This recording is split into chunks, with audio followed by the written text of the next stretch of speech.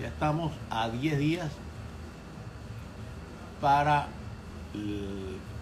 coloqué en el título, a 14 días de conocer la manera de participar, y en realidad estamos a 10 días. ¿Por qué? Porque en 10 días, es decir, el 24, de acuerdo a la Comisión Nacional de Primaria, se conocerá quiénes y cómo se participará en las elecciones primarias de la oposición. Hay incertidumbres, hay dudas, gente que se opone a la participación y el concurso o la organización o la incidencia del Consejo Nacional Electoral en esas elecciones primarias, pero ya parece que es un hecho, ¿no?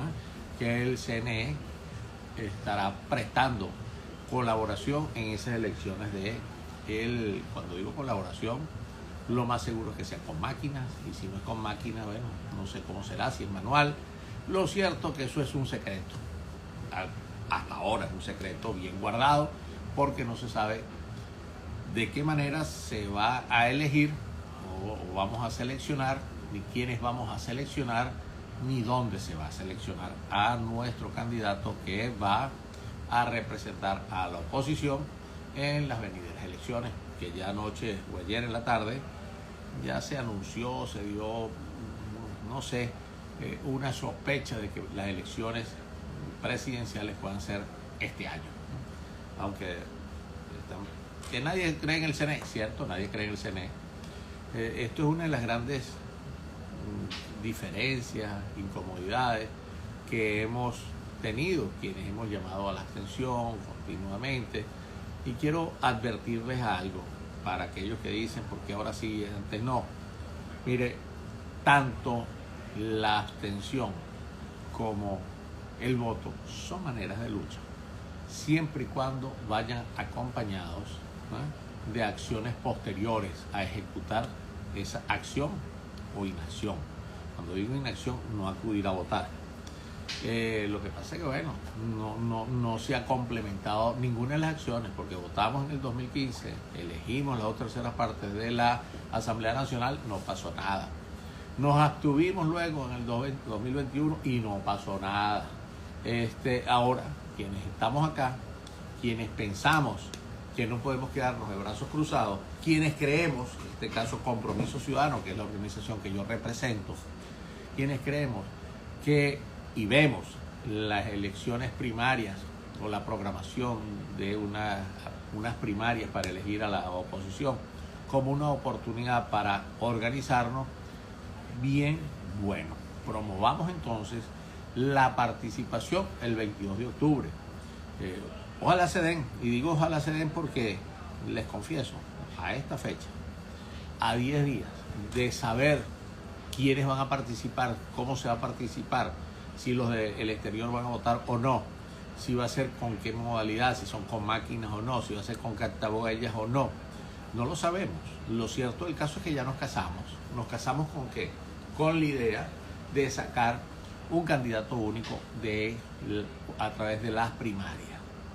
Ya por ahí se han anunciado, Capriles, no sé quién más, hay muchos, María Corina, por supuesto, mi candidata.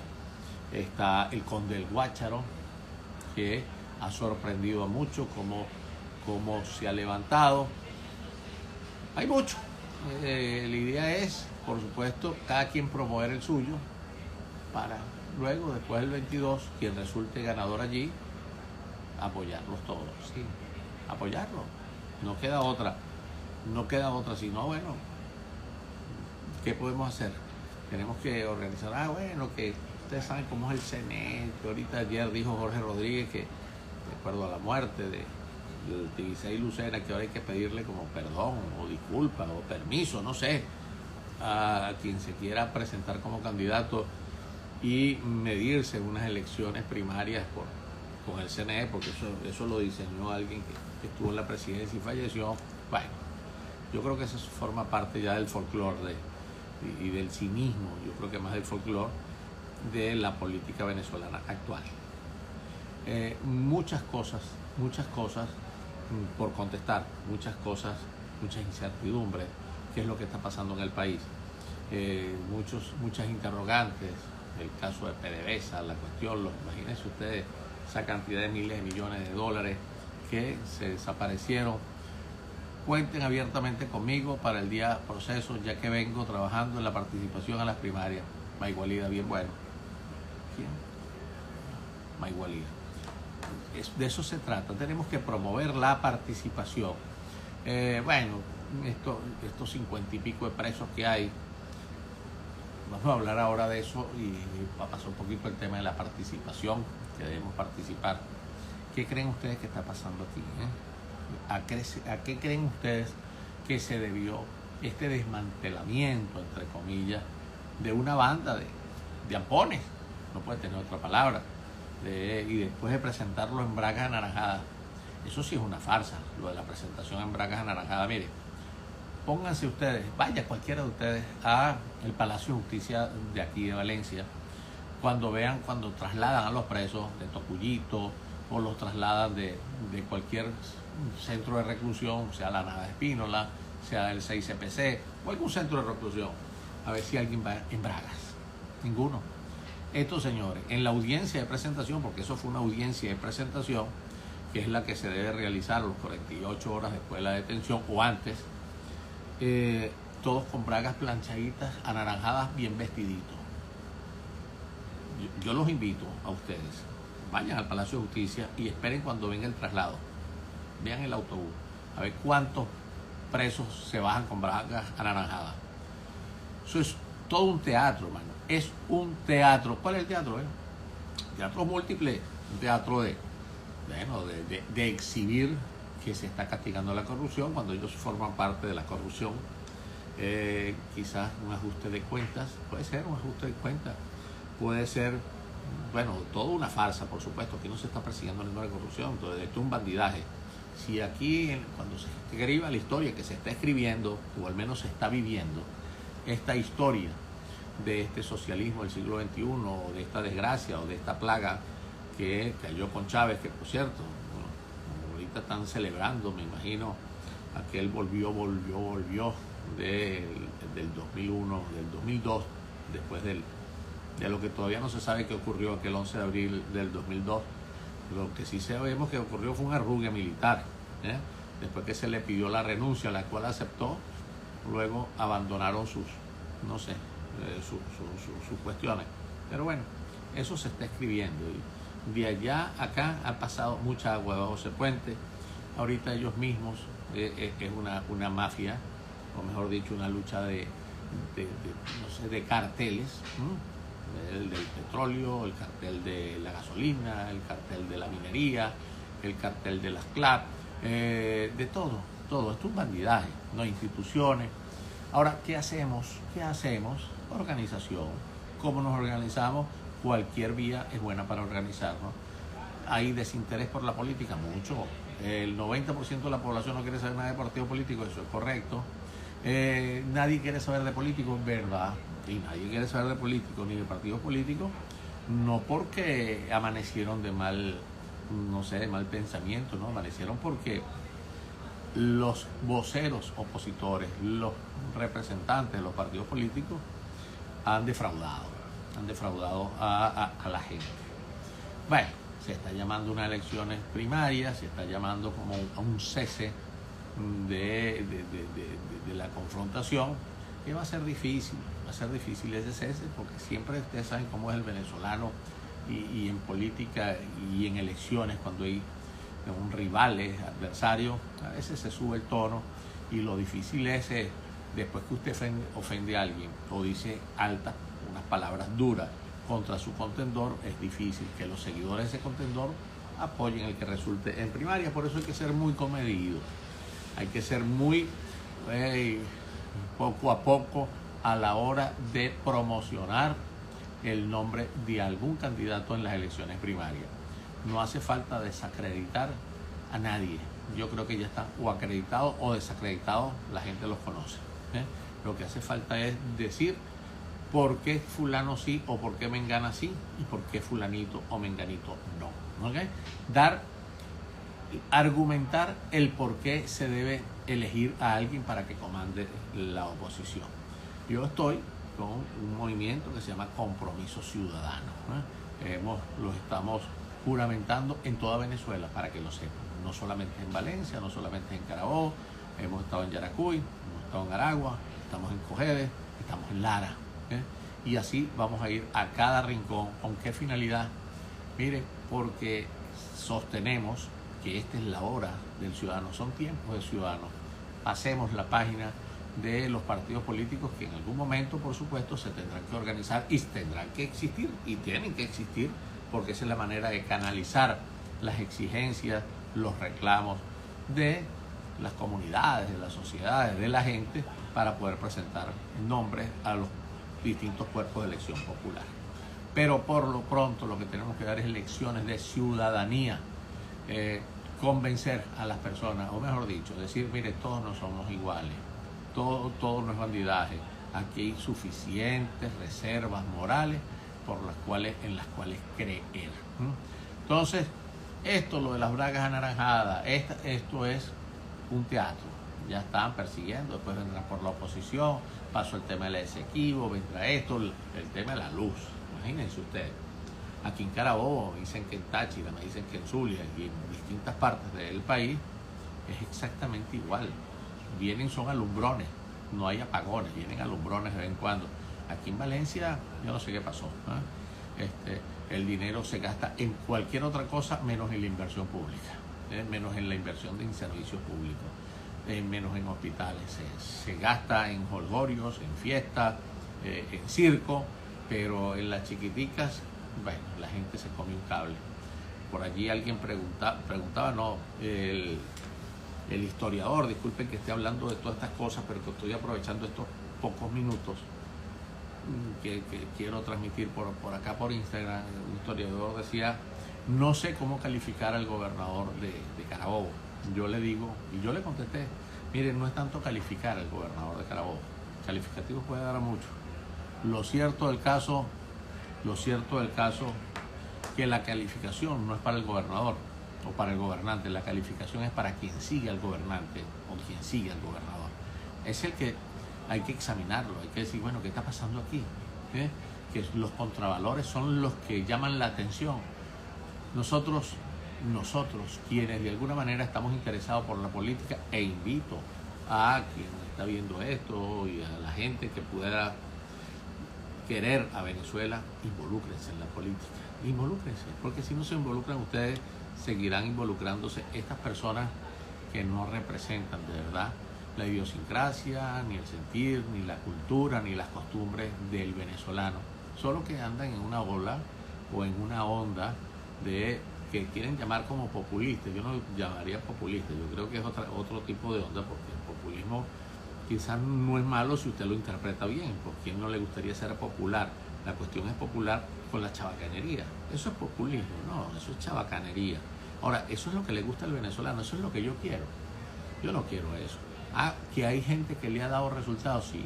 El gobernador de Carabobo le ha dado resultados. ¿A qué costo? A muchísimo costo, pero le ha dado resultados. Usted tiene sus seguidores, tiene su cuestión. Total, yo no me identifico en lo absoluto con ese estilo de gobernar ni de promocionar su nombre. Yo creo que uno tiene que ser serio en asuntos serios. Uno tiene que ser serio en asuntos de la vida pública, de la vida política, porque el asunto del gobierno es algo demasiado serio para tratarlo con circo, porque a la larga o a la corta eso pasa factura, y no le pasa factura al gobernante, le pasa factura es a quien cree en algún momento determinado en ese gobernante. El tema de la luz es unos bandidos, Aquí cuánto no se han robado, y aquí estamos en penumbra. Hace 50 años, por ser conservador, nadie se podía imaginar que Valencia, 50 años después, iba a vivir lo que estamos viviendo en este momento. Hace 50 años, Valencia despuntaba como la ciudad industrial o la capital industrial de Venezuela. Se pensaba en grande. Los gobernantes pensaban en grande. Fábrica de cemento, la zona industrial. Inclusive eso fue durante Pérez Jiménez, lo de la zona industrial, Ahí hubo el presidente del Consejo Municipal de esa época, el doctor Lorenzo Araujo. Imagínense usted, un médico, era el presidente y se sancionó una ordenanza para exonerar a aquellas industrias que trajeran capital e invirtieran acá en la zona industrial de Valencia, y ahí empezó a fomentarse. Luego, con la caída de Pérez Jiménez y la instauración de este gobierno que llamaron puntofijismo, cuando se instauró o asumió el poder la Junta Revolucionaria, ¿no? La Junta de Gobierno, presidida por Wolfgang Larrazábal, se reabrió la universidad, que hasta ese momento se llamaba Universidad de Valencia y luego pasó a llamarse Universidad de Carabobo. La Universidad de Carabobo y la zona industrial de una manera hicieron sinergia para que Carabobo se convirtiera en un estado pujante. En Valencia es una ciudad industrial, y ustedes saben por qué, porque venían capitales del exterior para fundar sus empresas acá, venían gente, ingenieros, profesionales de otros países a trabajar en esas empresas, venían de Apure, Portuguesa, de Cogede, del centro del país, acá a estudiar en la universidad, y comenzó eso a transformarse el estado Carabobo, que ya no, cuando hablan de valencianidad, chévere, valencianidad, pero la valencianidad está demasiado cruzada. La valencianidad ya no es la misma valencianidad de Boves. La valencianidad es toda esta mezcla.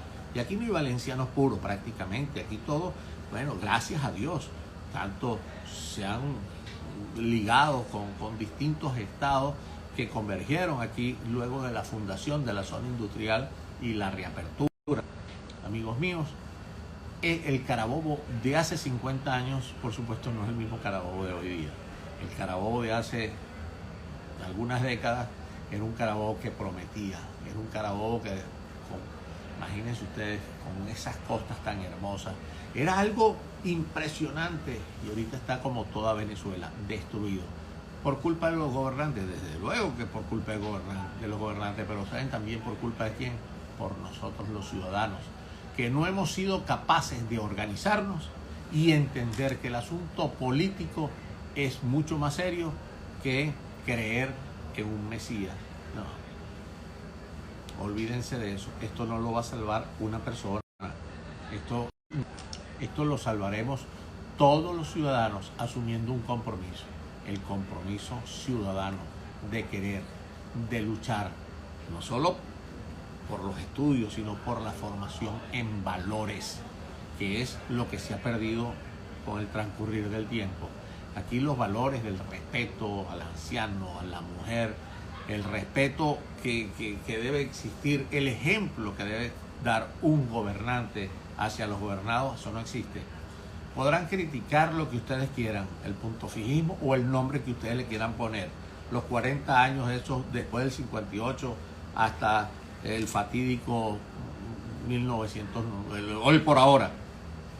Lo pueden criticar, pero no pueden olvidar que durante esos tiempos, sobre todo a principios, inclusive un poco antes, comenzó a construirse la mejor red hospitalaria, la mejor red educativa, la mejor red de comunicación aquí en Venezuela. Saquen cuenta qué se ha hecho en estos 20 y tantos años que tienen estos inmorales, ¿ok? Estos, bueno, calificativos, no lo sé, en el poder. No han hecho nada, no han hecho un kilómetro de autopista. ¿Cuántos kilómetros de autopistas no se construyeron durante el puntofijismo? Y les decía, pueden criticar lo que sea, que hubo corrupción, que hubo lo que sea, pero al menos, ojo, esos corruptos de antes, para ponerle un ejemplo, le tenían miedo a la justicia, porque había institucionalidad, a veces un poco tímida, pero imagínense, tan así es que un presidente constitucional en el ejercicio de sus funciones fue acusado por un fiscal general y la Corte Suprema de Justicia autorizó su enjuiciamiento. Ustedes se imaginan en la cabeza de ustedes podrá pasar la idea de ver a este fiscal general de la República solicitar un antejuicio de mérito por algún desafuero que haya, que hay muchos, algún desafuero cometido por el presidente de la República? Y ustedes se podrán imaginar o podrán pensar que este Tribunal Supremo de Justicia podrá declarar con lugar a un antejuicio de mérito para dar el permiso para enjuiciar a estos altos funcionarios. Por Dios. Entonces, aquí no, o sea, olvídense, aquí lo que hace falta es organización, porque nosotros somos muchísimos más. Cuando digo nosotros, quienes queremos cambiar del régimen, quienes queremos una Venezuela próspera, una Venezuela de respeto, una Venezuela de educación, una Venezuela con seguridad. ¿Quién cipote, como se pensó antes, se invertía en Venezuela porque había seguridad y protección de parte del Estado a los capitales extranjeros? Porque el capital privado es el que genera riqueza, genera empleo, genera productividad. Aquí en Venezuela no se produce nada, no se genera riqueza. Aquí se saca del subsuelo y quién sabe de dónde más se saca, porque eso son cifras ocultas y no sabemos cuánto es el presupuesto. ¿Quién del exterior? Diga usted, ¿qué compañía seria del extranjero va a invertir acá en Venezuela?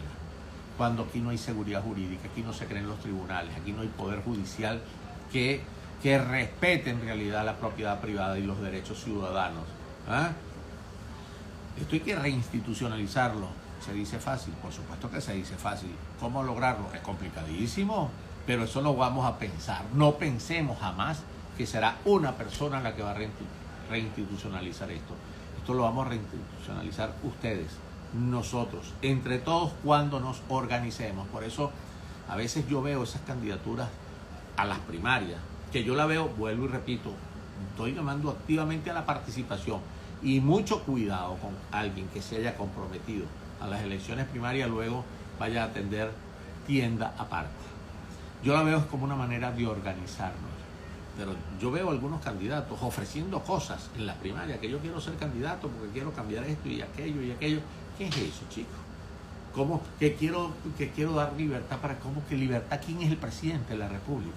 Aquí tenemos que reestructurar todo, o sea, haciendo ofrecimientos que pudiera ofrecer la mayoría de una Asamblea Nacional o la mayoría, que Dios quiera en algún momento se pueda cambiar, de un Congreso Nacional, haciendo ofrecimientos que no le corresponde a un presidente de la República. El presidente de la República es el jefe del Ejecutivo, ¿okay? Y el jefe del Estado acá, en este sistema presidencialista venezolano. Pero un presidente no puede estar ofreciendo cosas que no están en sus manos, sino está en las manos del Poder Ejecutivo, en combinación con el Poder Legislativo y por supuesto la protección del Poder Judicial. Por eso, mucho cuidado con estas personas que se lanzan a una candidatura. Yo los descarto de una vez, los dejo que hable, pero los descarto, porque alguien que ofrezca cosas que no está en su poder hacerla, ese es un mentiroso, es un mentiroso. Aquí el que ofrezca, yo lo sé, hace cambios raros, no hay que creerle, no hay que creerle, porque hay cambios que no salen del presidente de la República. Él podrá proponer, podrá gerenciar, pero esto es mucho más grave de lo que cualquiera puede pensar que esto lo soluciona un presidente o una presidenta.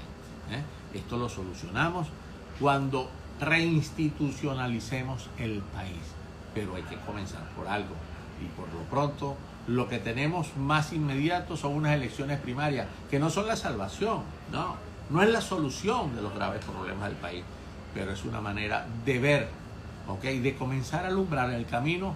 ¿Para qué? Para la organización, mano. Aquí lo que nos ha faltado es organización. Aquí se ha perdido la credibilidad en los voceros políticos. Se ha perdido, y con razón, porque lo han defraudado a la gente.